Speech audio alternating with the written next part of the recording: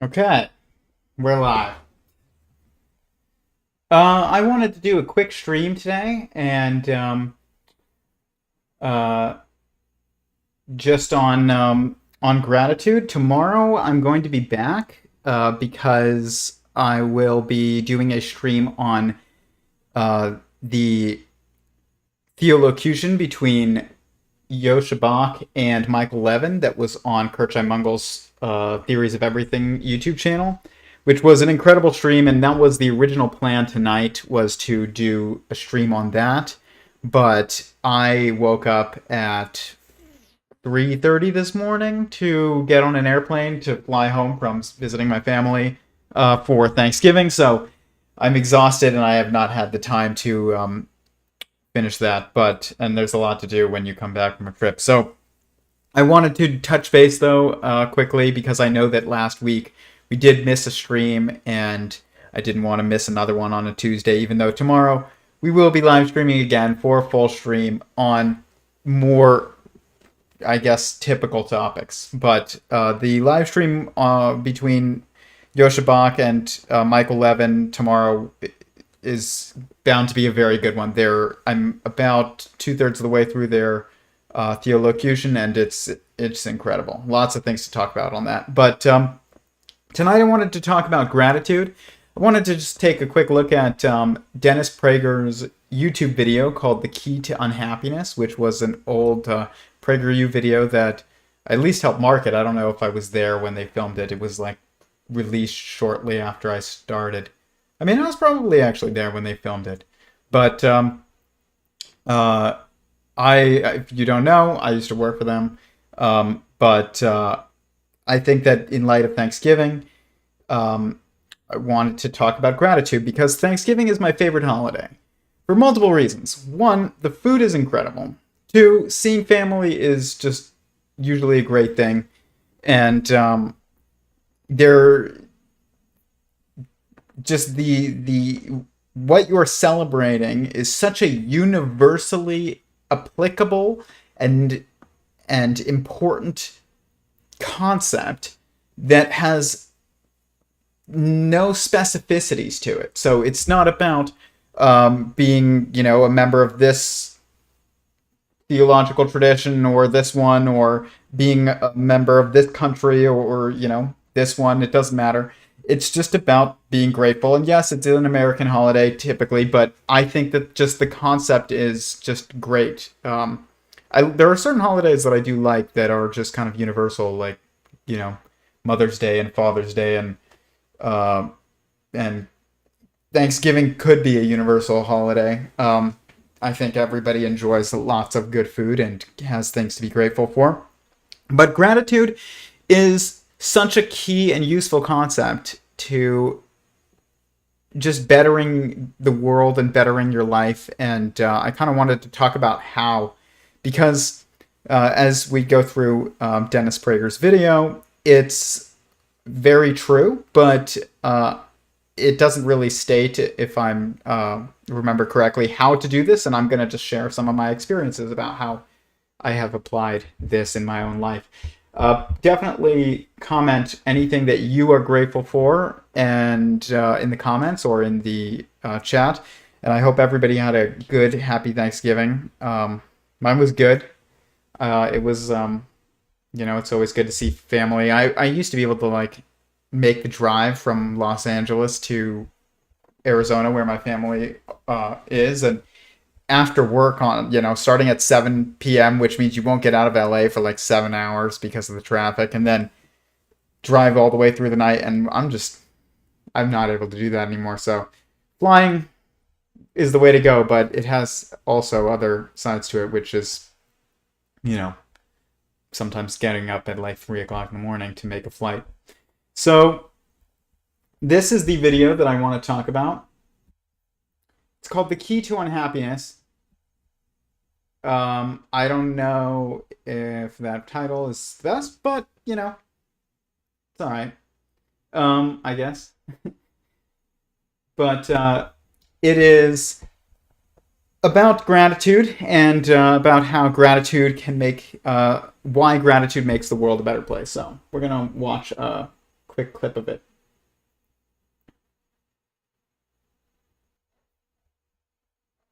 This is the stream that we're going to be talking about tomorrow. There you go. Our connected minds. How many times have you heard someone say they want to make a better world? It is a noble sentiment, but very hard to achieve, right? Well, actually, it's quite easy. All we have to do is increase just one human trait.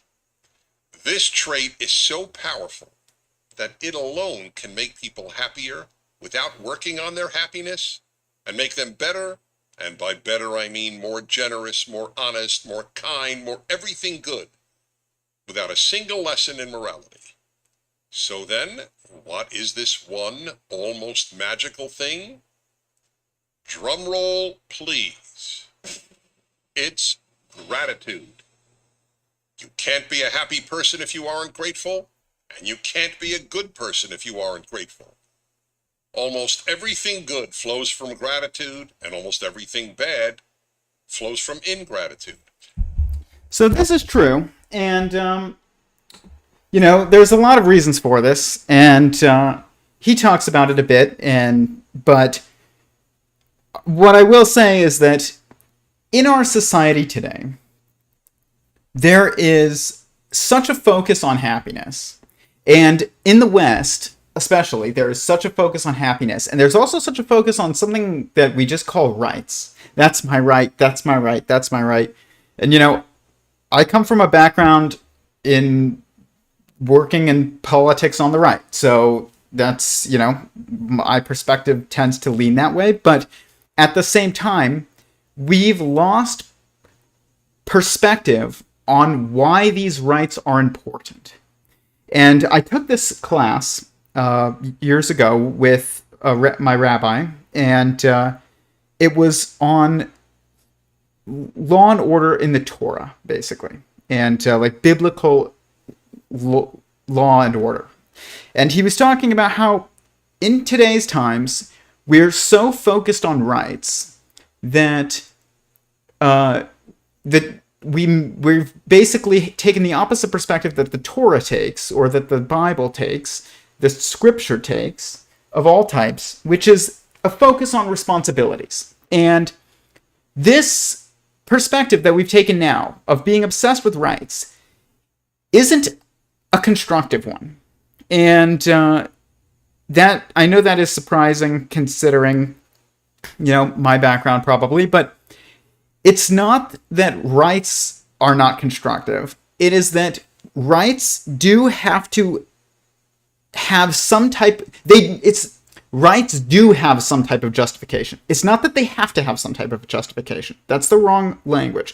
The right language is that they do have justification.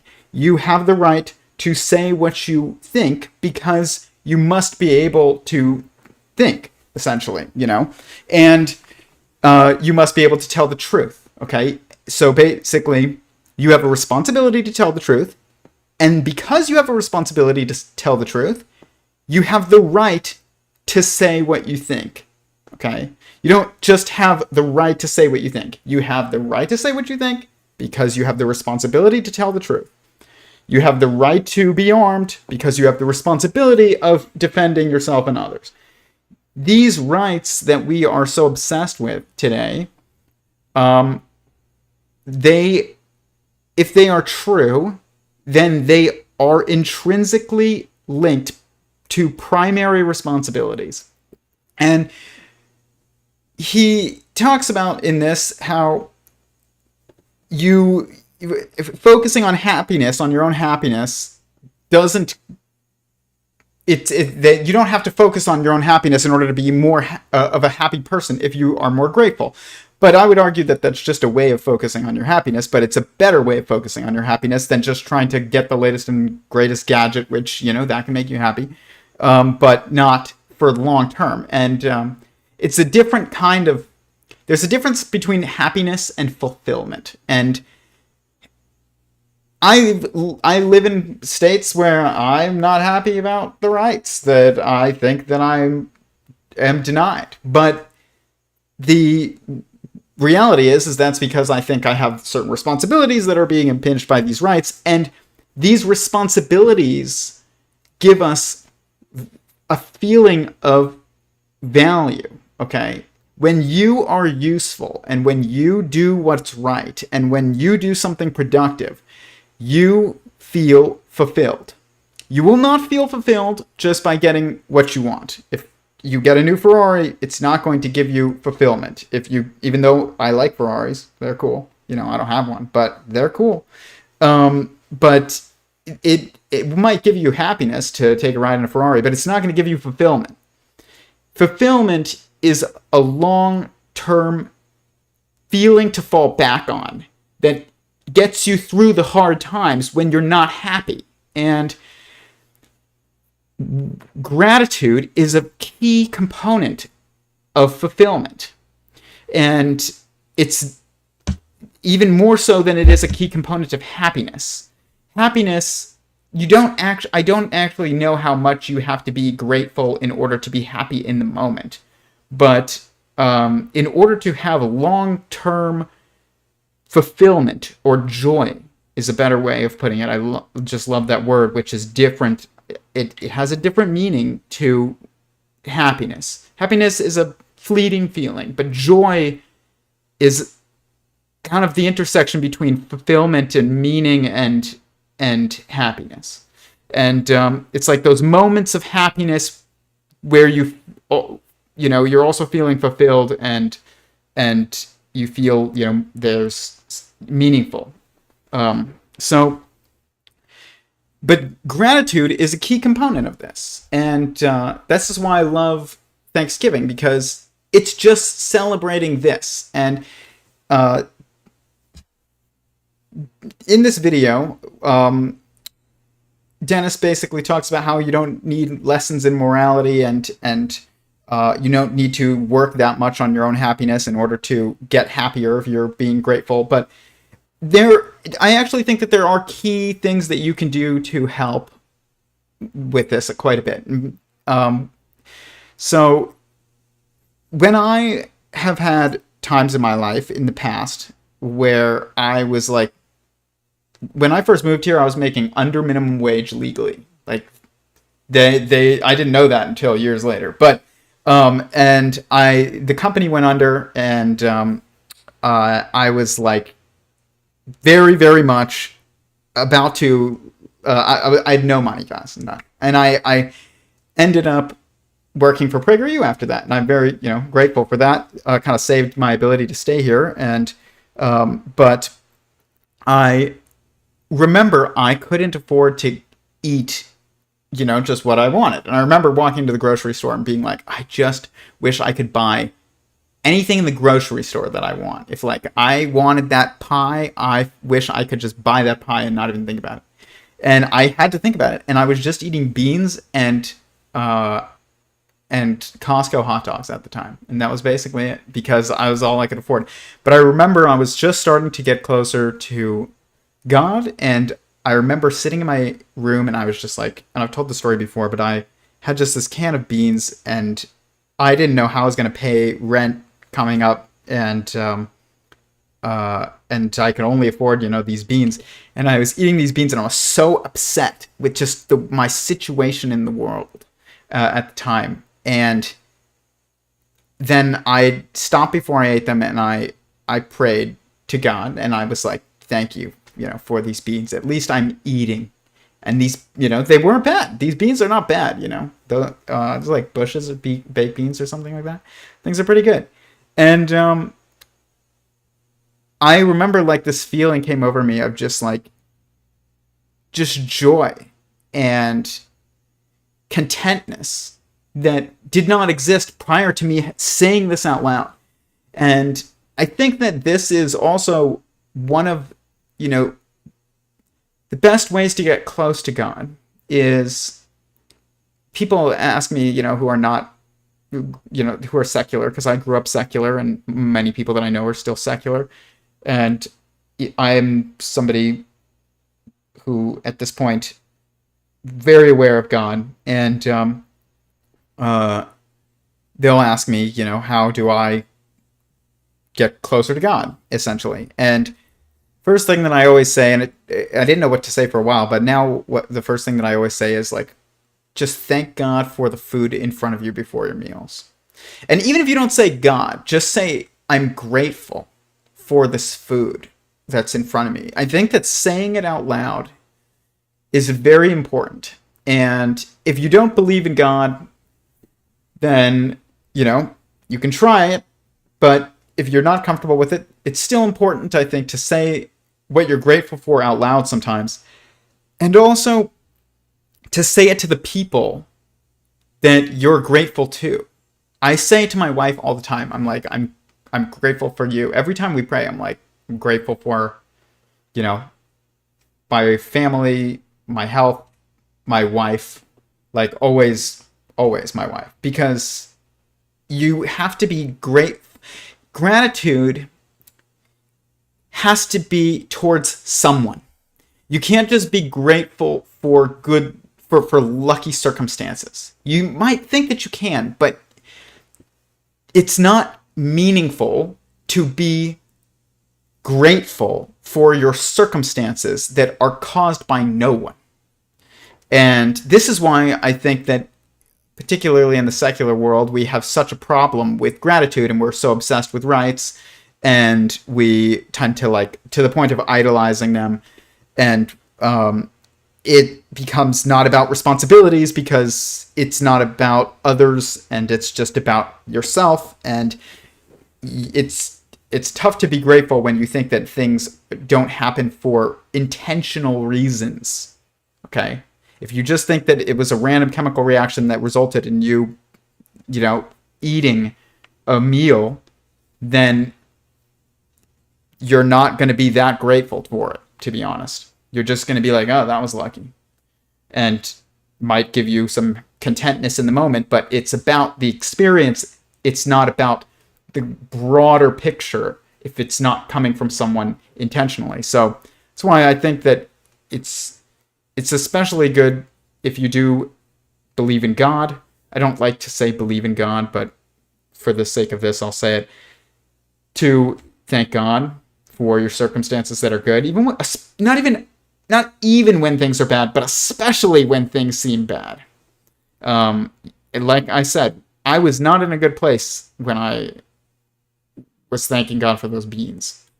And, I no longer work for PragerU, but we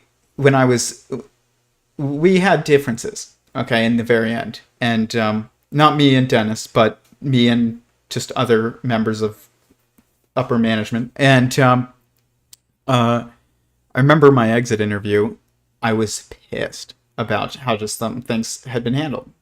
And I told, the chief marketing officer, and I was like, because that's who I worked under, because I was marketing manager. That was my job.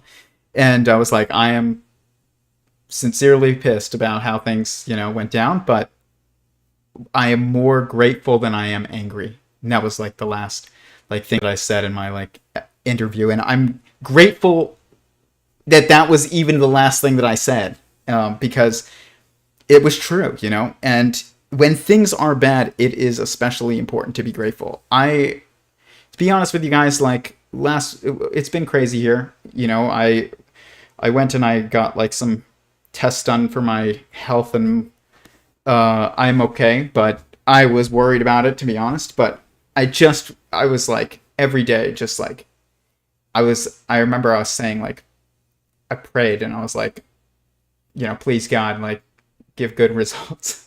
And my wife stopped me and she's like, no, thank you God for our health. And it was different because it was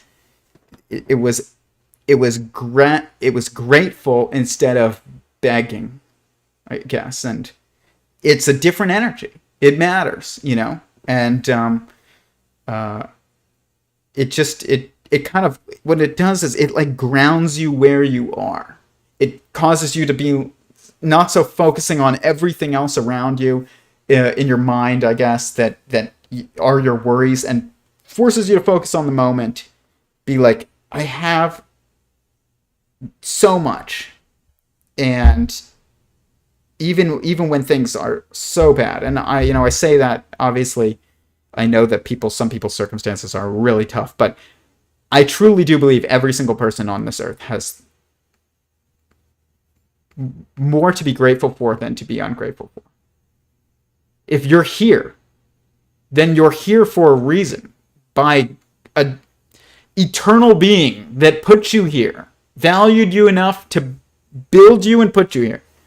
And if that's not, something to be grateful for, at least, then above really anything else, then I don't know what else could be. But also in your life, you have to build things that to be grateful for as well. Like, you can make your life a life that's more worthy of being grateful, even though it is intrinsically worthy of being grateful for. You can make it more worthy of being grateful for by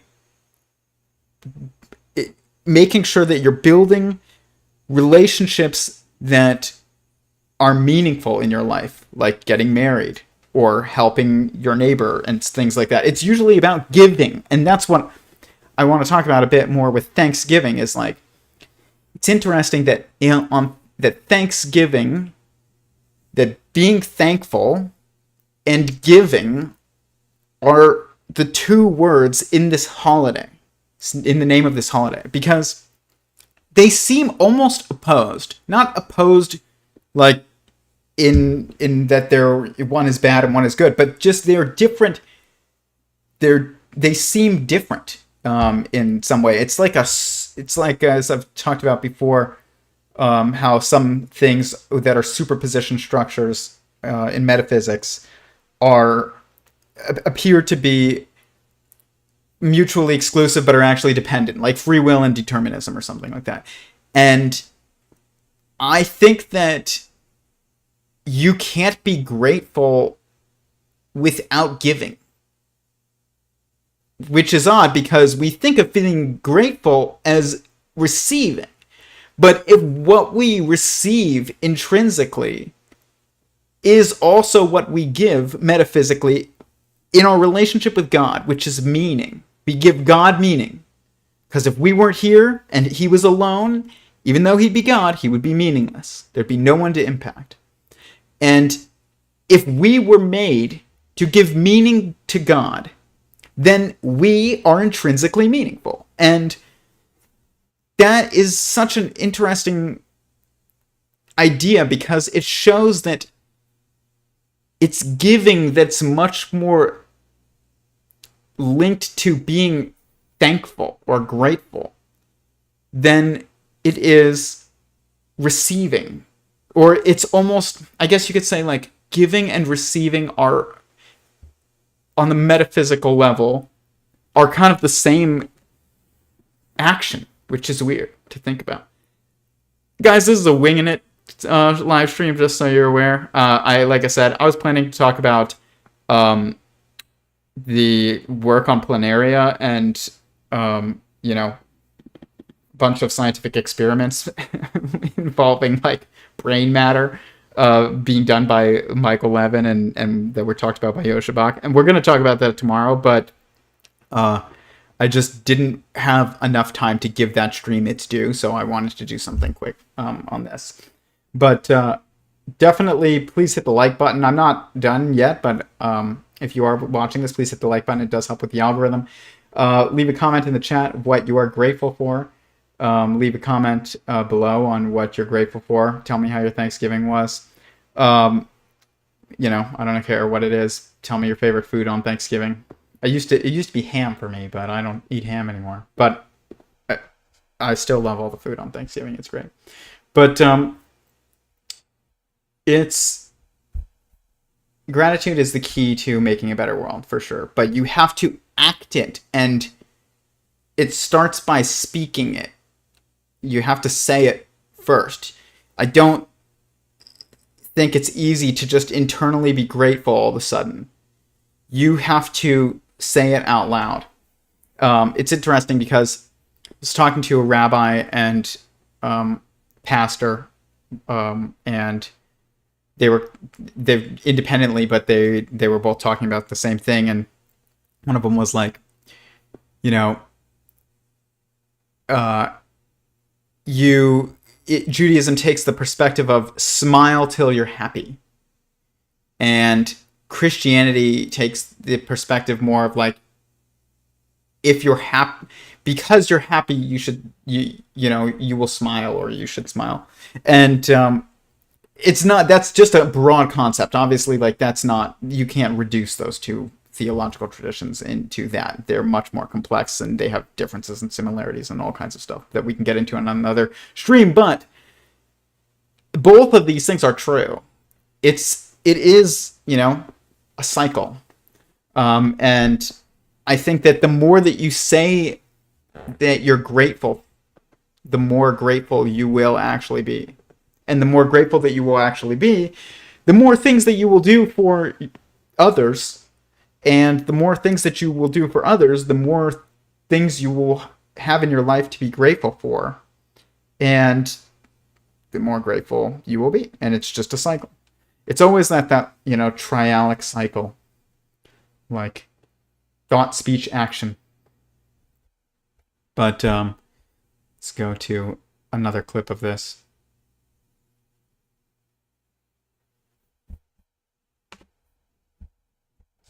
Begin with ingratitude. Here's a rule of life. Ingratitude guarantees unhappiness. It is as simple as that. There isn't an ungrateful, happy person on earth. And there isn't an ungrateful, good person on earth. There are two reasons. Reason one is victimhood. Ingratitude always leads to or comes from victimhood. Ungrateful people, by definition, think of themselves as victims. And perceiving oneself as a victim, or perceiving oneself as a member of a victim group, may be the single biggest reason people hurt other people, from hurtful comments to mass murder. People who think of themselves as victims tend to believe that because they've been hurt by others, they can hurt others. And the second reason ungrateful people aren't good people is that ingratitude is always accompanied by anger. The ungrateful are angry, and angry people lash out at others. If ingratitude makes people unhappy and mean, then gratitude must make people happy and kind. It's exactly what I just said. And, he's totally right. But it is important that this is attached to habits that start as words that become behaviors. And it is a lifestyle change that it takes. To be more grateful takes a lifestyle change. It does not just occur by just, thinking every now and then about the fact that, I don't know, something good happened in your life. That's not going to make you a more grateful person, or a happier person, or a more fulfilled person. And he's definitely right when he talks about how people who feel victimized hurt others, or want to hurt others, or feel justified in hurting others. That's definitely true. I honestly think that objectively, there is no such thing as victims and victors when talking about humans in an objective relationship. I'm not talking about a subjective relationship where you're both, competing for something. I don't know, you're like, it's a baseball game, or it's a boxing match or something, or you're going for a job, whatever. But when it comes to the essential relationships between persons or people that are objective, which are the essential ones, there is no victims and victors. There is hierarchies, but there is no victims and victors. You should be doing good for each other. Okay? There's no victim there. There's no victor there. Victimhood comes from this feeling of competition. Even in social media, they talk about it. People talk about it all the time. It's like, or don't compare yourself to others on social media. I don't know if people talk about it that much anymore, but I remember, when Instagram craze was happening, like that's what people would talk about all the time. And that is true, but if you know why you're here, which is because you're intrinsically, your being here is creative of meaning or generative of meaning to God, and therefore you are intrinsically meaningful, then that isn't something that has anything to do with being a victor or being a victim. It's something that just exists as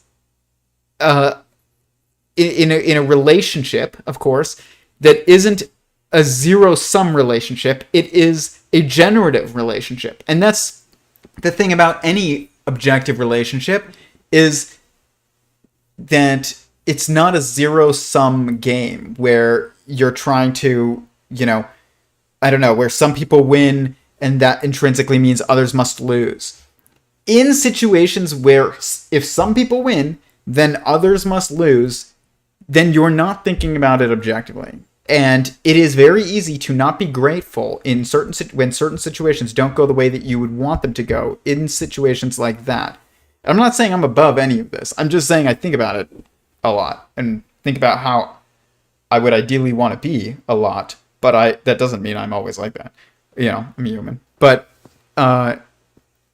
it is just important to recognize that all the most important things, all the essential things, are not zero-sum games. They are generative relationships, and that is something to be grateful for, and they are relationships. There are people that I know who close to me, and I just have struggled with depression for a long time, and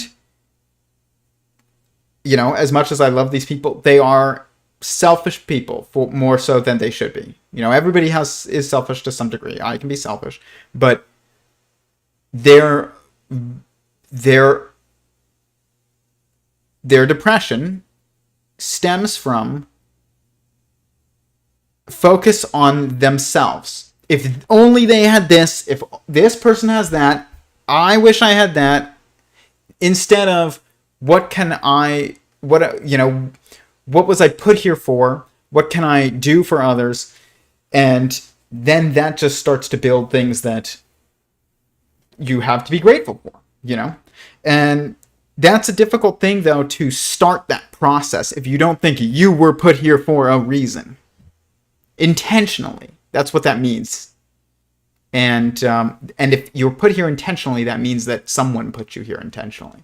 If someone didn't put you here intentionally, then you were not put here intentionally.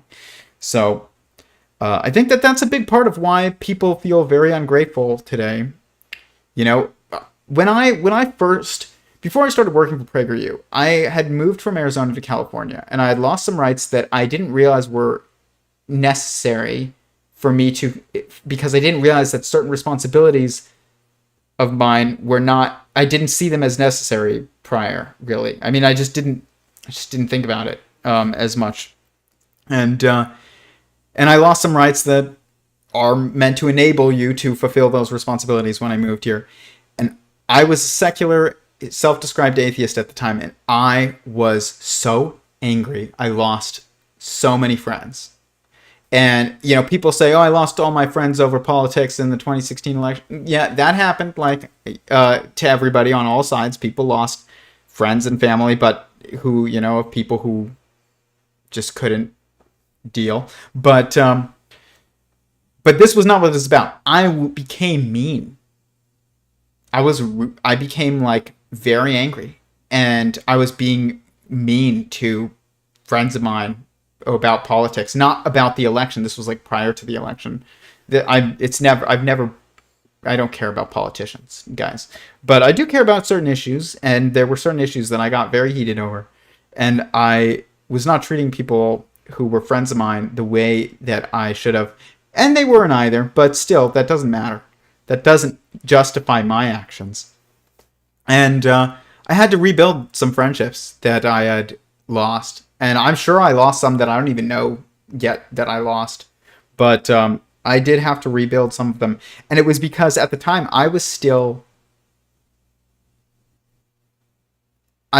a secular person, and I'm not saying you can't be secular and be grateful, but it is harder.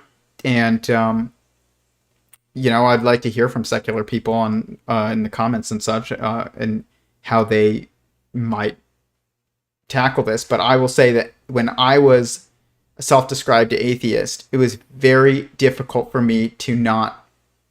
It was much more difficult for me to not be very angry. It was more difficult for me to not be grateful, and even when I wasn't getting what I wanted. And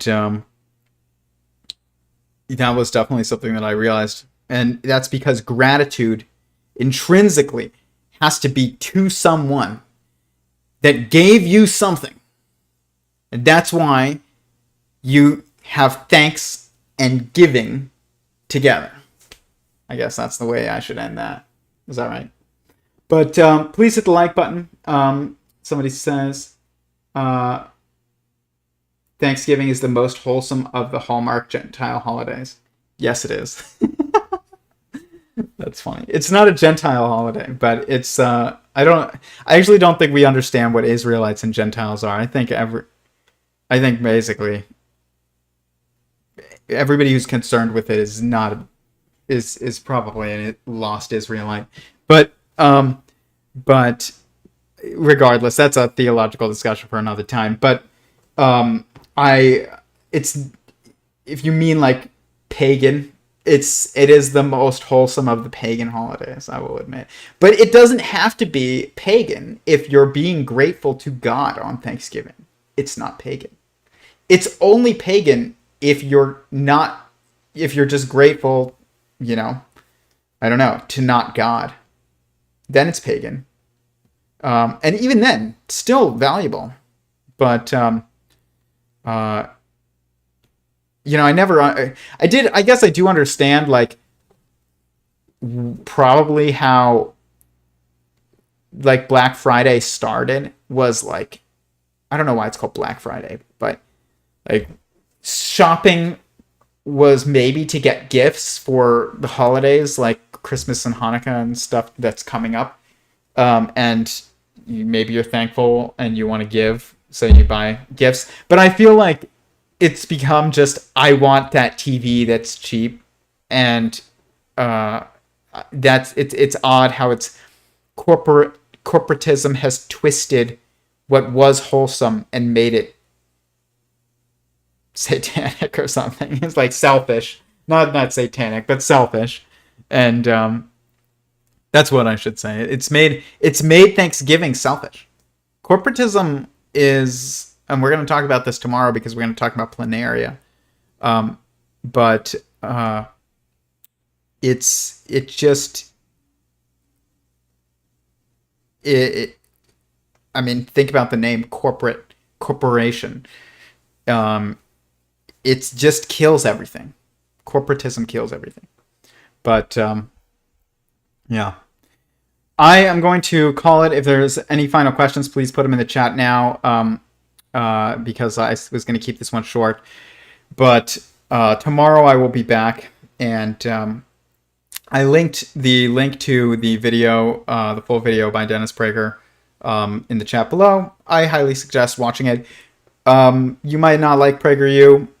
That's fine. I don't agree with them on everything. There are things I do agree with them on. I agree with Dennis on this. And but I will say this, I know PragerU is a highly, like, politicized,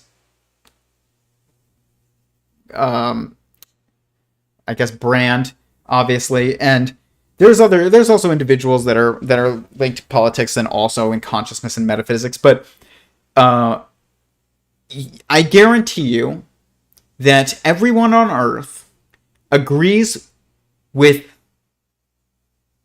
everyone on something and disagrees with everyone on something, and that's fine. So take what you can from everyone, because everyone is here and is meaningful. So with that, I will just say this was kind of cool for those of you who are into like UFOs and stuff. I flew from Arizona to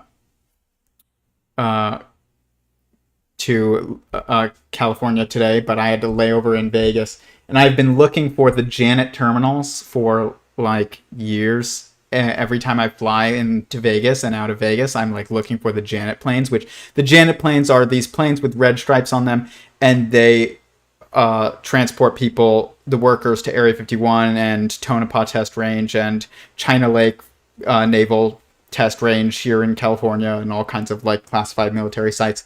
And as we were taking off, I saw this. Everybody here probably works at Area 51, because this is the Janet terminal, and this is the Janet plane.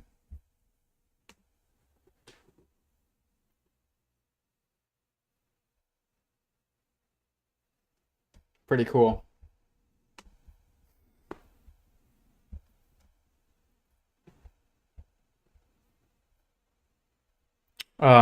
Yeah, but yeah, this is it. Look at this. And I'm gonna go. This is random, but whatever. The Janet terminal.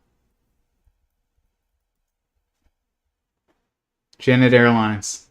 The unofficial name given to a highly classified private terminal in Las Vegas' Harry Reid International Airport. I didn't realize they had renamed it till today. But look, this is it. I just want to go and see what they work on. Whatever it is. See this red stripe? This is the terminal. You can see all the cars.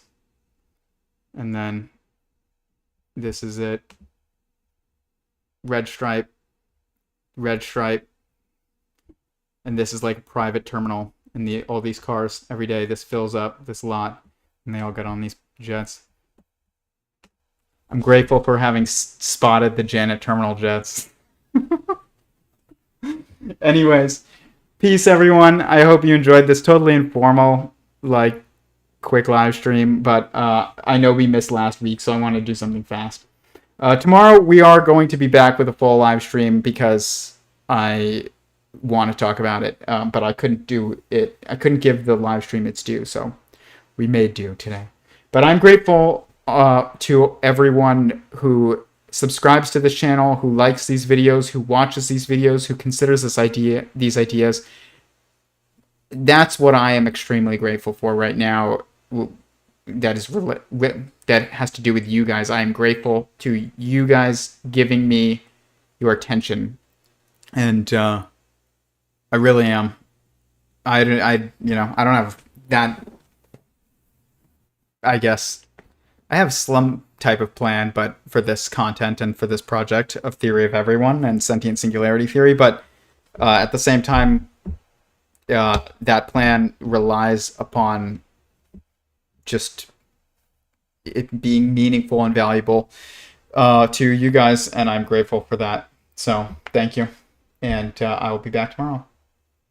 Peace.